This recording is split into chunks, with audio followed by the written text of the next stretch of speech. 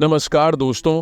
किसी ने क्या खूब कहा है कि लहरों से डरकर नौका पार नहीं होती, कोशिश करने वालों की हार नहीं होती।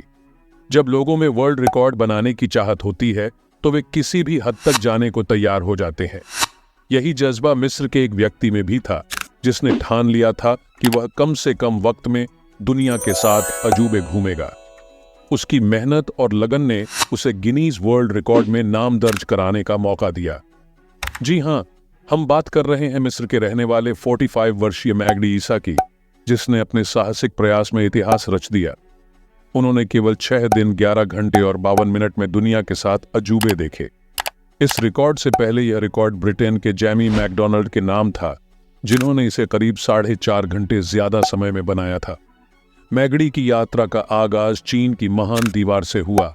उसके बाद वह भारत के ताजमहल पहुंचे, फिर जॉर्डन के पेट्रा, रोम के कोलोसियम, ब्राजील के क्राइस्ट द रिडीमर और पेरू के माचू पिचू होते हुए आखिर में मेक्सिको के प्राचीन मायन शहर चिचेन इट्जा पहुंचे।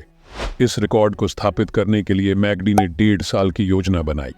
फ्लाइट्स, ट्रेन्स, बस, सबवे, ट्रांसपोर्टेशन, अब तक पैदल यात्राएं जैसी तमाम चीजों की प्लानिंग उन्हें पहले से ही करनी पड़ी।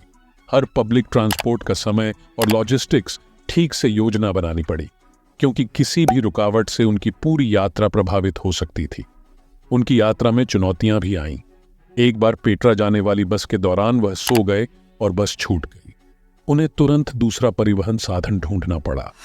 एक अन्य समय पर वह अपनी आखिरी फ्लाइट के समय से लगभग चूक गए, लेकिन जब उन्होंने फ्लाइट के कर्मियों को अपनी रिकॉर्ड तोड़ने की कोशिश के बारे में बताया तो उन्होंने उनकी मदद की और फ्लाइट में सवार होने की इजाजत दी।